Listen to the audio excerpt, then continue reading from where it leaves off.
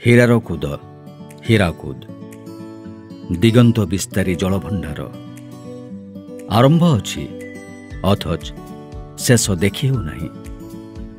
ଓଡ଼ିଶାର ଜୀବନରେଖା ମହାନଦୀର ଅବବାହିକାରେ ହିଁ ତାହା ଅବସ୍ଥିତ। ରାଜ୍ୟର 15 ଜିଲ୍ଲାର ପ୍ରାୟ 2 କୋଟି ଲୋକ ନିର୍ଭରଶୀଳ କେବଳ ବିଦ୍ୟୁତ୍ ଉତ୍ପାଦନ ପାଇଁ ନୁହେଁ କି ଧାନ ଚାଷ ବା ଶିଳ୍ପ କାରଖାନା ପାଇଁ ନୁହେଁ। ଜଳଭଣ୍ଡାରର ସୁବିସ୍ତୃତ ଜଳରାଶିକୁ ମାଛ ଚାଷରେ ବି ଉପଯୋଗ କରିଛନ୍ତି ରାଜ୍ୟ ସରକାର। ଫଳରେ ବୈଷୟିକ ଜ୍ଞାନ କୌଶଳ ଯୁକ୍ତ ଅଭିନବ ପଞ୍ଜୁରୀ ଭିତରେ ମାଛ ଚାଷ କରିବା ଯୋଗୁଁ ରାଜ୍ୟରେ ନୂଆ ସମ୍ଭାବନାର ଅଭ୍ୟୁଦୟ ଘଟିଛି। ମାନ୍ୟବର ମୁଖ୍ୟମନ୍ତ୍ରୀ ନବୀନ ପଟ୍ଟନାୟକ କ୍ଷମତାସୀନ ହେବା ଦିନରୁ ସେ ମତ୍ସ୍ୟ ଉତ୍ପାଦନ ଓ ରପ୍ତାନୀ ବୃଦ୍ଧି ଉପରେ ଅଧିକ ଗୁରୁତ୍ୱ ଦେଇଛନ୍ତି। ଦେଶର ପ୍ରଥମ ରାଜ୍ୟ ଭାବେ ଓଡ଼ିଶା ଜଳଭଣ୍ଡାର ନୀତି 2012 ଏବଂ ଓଡ଼ିଶା ମତ୍ସ୍ୟନୀତି 2015 କାର୍ଯ୍ୟକାରୀ ହେବା ପରେ ମାଛ ଚାଷ ପାଇଁ ନୂଆ ସୁଯୋଗ ସୃଷ୍ଟି ହୋଇଛି। ଓଡ଼ିଶାର ପ୍ରାୟ 90% ଲୋକ ମାଛ ଖାଇବାକୁ ଭଲ ପାଉଥିବାରୁ ସରକାର ରାଜ୍ୟରେ ଥିବା 6,86,000 ହେକ୍ଟର ମଧୁର ଜଳ ଅଞ୍ଚଳକୁ ଏବଂ 4,18,000 ହେକ୍ଟର ଖାରିପାଣି ଅଞ୍ଚଳ ଏବଂ 480 କିଲୋମିଟର ବ୍ୟାପୀ ସମୁଦ୍ର ଉପକୂଳାଞ୍ଚଳରୁ ମାଛ ଉତ୍ପାଦନ କରୁଛନ୍ତି। ବିଶେଷ କରି ରାଜ୍ୟରେ ଥିବା ଜଳଭଣ୍ଡାରଗୁଡ଼ିକରୁ କିଭଳି ଅଧିକ ମାଛ ଉତ୍ପାଦନ ହୋଇପାରିବ ସେଥିପାଇଁ ରାଜ୍ୟ ସରକାର ଅନେକ ଯୋଜନା ହାତକୁ ନେଇଛନ୍ତି। ଏହାଦ୍ୱାରା ଜଳ କୃଷି କ୍ଷେତ୍ରରେ ମତ୍ସ୍ୟ ଉଦ୍ୟୋଗୀଙ୍କୁ ପ୍ରୋତ୍ସାହିତ କରିବା ସହ ନୂତନ ନିଯୁକ୍ତିର ଦ୍ୱାର ପ୍ରଶସ୍ତ ହୋଇଛି।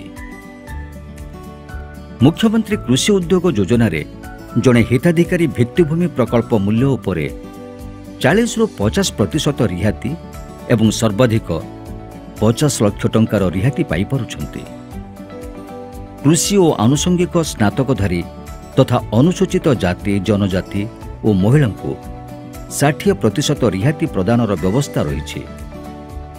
ମତ୍ସ୍ୟ ନିର୍ଦ୍ଦେଶାଳୟ ଜରିଆରେ ଆଗ୍ରହୀ ମତ୍ସ୍ୟ ଚାଷୀ ଓ ଉଦ୍ୟୋଗୀଙ୍କୁ 5 ବର୍ଷିଆ ଲିଜ୍ ଦେବାର ବ୍ୟବସ୍ଥା ହୋଇଛି। ଏହି ଅବଧିକୁ ଆଉ 5 ବର୍ଷ ବୃଦ୍ଧି କରାଯାଇପାରୁଛି। କେଜ୍ ବା ପଞ୍ଜୁରୀଗୁଡ଼ିକର ପ୍ରସ୍ତୁତି ପ୍ରଣାଳୀ ସ୍ୱତନ୍ତ୍ର। ସେଗୁଡ଼ିକର ଆକୃତି ଗୋଲାକାର ଓ ଆୟତ୍ତାକାର। ମତ୍ସ୍ୟ ଉତ୍ପାଦନ ଦୃଷ୍ଟିରୁ ଏସବୁ ବେଶ୍ ଉପଯୋଗୀ। କେଜ୍ ପ୍ରସ୍ତୁତି ପୂର୍ବରୁ ଜଳଭଣ୍ଡାରରେ ପ୍ରଥମେ GPS କୋଅର୍ଡିନେଟର ରେକର୍ଡର ଯନ୍ତ୍ର ଦ୍ୱାରା ସୀମା ନିର୍ଦ୍ଧାରଣ କରାଯାଇ ଫ୍ଲୋଟିଂ ମାର୍କର ଦିଆଯାଏ। ତାପରେ HDPE ପାଇପ୍କୁ ସ୍ୱତନ୍ତ୍ର ଯନ୍ତ୍ର ଜରିଆରେ ଯୋଡ଼ି ଗୋଲାକୃତ କରାଯାଏ ଏବଂ 1 ମିଟର ଉଚ୍ଚତା ବିଶିଷ୍ଟ ବ୍ରାକେଟ୍ ଦ୍ୱାରା ସମାନ ବ୍ୟବଧାନରେ ଛନ୍ଦି ଦିଆଯାଏ। କେଜ୍ ଚତୁଃପାର୍ଶ୍ୱକୁ ଭିତର ଜାଲ ଓ ବାହାର ଜାଲ ଦ୍ୱାରା ଆବଦ୍ଧ କରାଯାଏ। ଆବଶ୍ୟକ ପଡ଼ିଲେ ଉପର ଭାଗକୁ ଚଢ଼େଇ ଦାଉରୁ ରକ୍ଷା ପାଇବା ପାଇଁ ଚଢ଼େଇ ଜାଲରେ ଆବଦ୍ଧ କରାଯାଏ।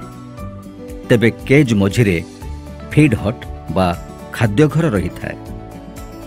ପଞ୍ଜୁରୀଗୁଡ଼ିକ ପ୍ରସ୍ତୁତି ହେବା ପରେ ଆବଶ୍ୟକ ଜାଆଁଳ ଛଡ଼ାଯାଏ। ଭାକୁର, ରୋହି, ମିରିକାଳି, ଅମୁରକାର୍ପ, ଜଳଙ୍ଗ, ଟିଲାପିଆ, ଭେକ୍ଟି, ଖୁରଣ୍ଡ ଏହି ପ୍ରଜାତିର ମାଛ ଆଦିକୁ ଚାଷ ପାଇଁ ଅନୁମତି ମିଳିଥାଏ। ମୁଁ ଜଣେ ମାଛ ଉଦ୍ୟୋଗୀ। ବିଗତ 5 ବର୍ଷ ହେଲା ସରକାରଙ୍କ ସହିତ PPP ମୋଡ଼ରେ ସମ୍ବଲପୁର ଡିଷ୍ଟ୍ରିକ୍ଟରେ ମୁଁ ମାଛ ଚାଷ କରି ଆସୁଅଛି। ଏଇ ଯେଉଁ ସରକାର ଆମର ଏଇ ଯେଉଁ ପଞ୍ଜୁରୀ ଭିତରେ ମାଛ ଚାଷ କରିବାର ଯୋଜନାଟି ଆଣିଛନ୍ତି এইটা ହେଲା ଗୋଟେ ମାନେ ସୁଚିନ୍ତିତ ଅଭିନବ ପ୍ରକଳ୍ପ। ଏଥିରେ ବହୁତ ଆମର ଭାଇମାନେ ଆସିକରି ଯୋଗଦାନ ଦେଉଛନ୍ତି ଆଉ ଏଥିରେ ତାଙ୍କର ଇନକମ୍କୁ କେମିତି ଗ୍ରୋଥ୍ କରିପାରିବେ ସେ ଜିନିଷକୁ ସେମାନେ ଧ୍ୟାନ ଦେଇଛନ୍ତି।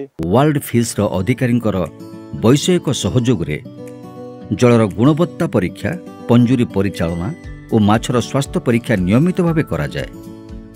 ଏଥିପାଇଁ କାର୍ଯ୍ୟକାରୀ ହୋଇଛି ସ୍ୱତନ୍ତ୍ର ମାର୍ଗଦର୍ଶିକା।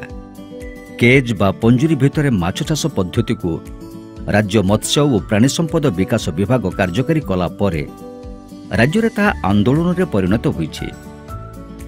ହୀରାକୁଦ ଭଳି ବୃହତ୍ତ ଜଳଭଣ୍ଡାରରେ କ୍ଷୁଦ୍ର ଅଞ୍ଚଳକୁ ଏହି କ୍ଷେତ୍ରରେ ବିନିଯୋଗ କରାଯାଉଛି। ଭବିଷ୍ୟତରେ ମାଛ ଚାଷ ପାଇଁ ପ୍ରାୟ 15,000 ପଞ୍ଜୁରୀ ନିର୍ମାଣ କରିବାର ଏଠି ପର୍ଯ୍ୟାପ୍ତ ସୁଯୋଗ ରହିଛି। केज कल्चर को जलभंडार में माछ चाषर भविष्यत बोली विवेचना करा जाउछि। सेथिपई जलभंडार में केज पद्धति मत्स्य उत्पादन वृद्धि निमंते मत्स्य विभाग पक्षरु अधिकारी महल में बारंबार बैठक करा जाउछि। हीराकुद भली राज्य में 1443 जलभंडार को पर्यायक्रमे पंजुरी भितरे माछ चाष पई उपयोग करा जिबार व्यवस्था होईछि। पंजुरी भितरे माछ चाष निमंते हीराकुद जलभंडार को प्रथम पर्यायर 5टी जोन और 100टी सब जोन रे विभक्त करा जायछि। एथिरे 2400टी पंजुरी स्थापनर सुजोग रहिछि। सब जोन गुड़िक मुख्यतः प्राथमिक समवाय समिति, मत्स्य चाषी, घरोई उद्योगी और कंपनी को लीज सूत्र रे प्रदान करा जाउछि। आ जो पंजुरी माध्यम जो माछ चाष करा जाउछि तार सब रक्षणाबेक्षण सब मु करूछि, मोर ऊपर न्यस्त करिसेंती एवं माछ चाष करी आमे बेस उपकृत होउछु। प्रत्येक सब जोन रे पंजुरी निमंते 600 वर्गमीटर परिमित जलभाग रही। एथिरे 6 मीटर लंब, 4 मीटर प्रस्थ और 4 मीटर गभीरता विशिष्ट 24टी आयताकार पंजुरी एवं 16 मीटर व्यास विशिष्ट 3टी गोलाकार पंजुरी स्थापन करा जायछि। प्रति आयताकार पंजुरी 3000 किलोग्राम पर्यंत माछ उत्पादन हेउछि।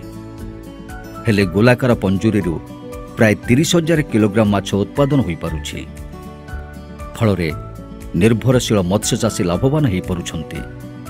यहाकु दृष्टि रखी राज्य सरकार हीराकुद सन्निकटरे मत्स्य हब प्रतिष्ठा पई साधारण सुविधा केन्द्र निमंते 30 एकर जमी चिह्नट करिछन्ति। तेणु सुजोगर हाथ छड़ा न करी आग्रही युव उद्योगी उन्नत और अभिनव ज्ञान कौशल रे पंजुरी माछ चाष करंतु एवं निजे आर्थिक स्वच्छल हेबा सह राज्यर आर्थिक उन्नतिर सहायक हुअन्तु।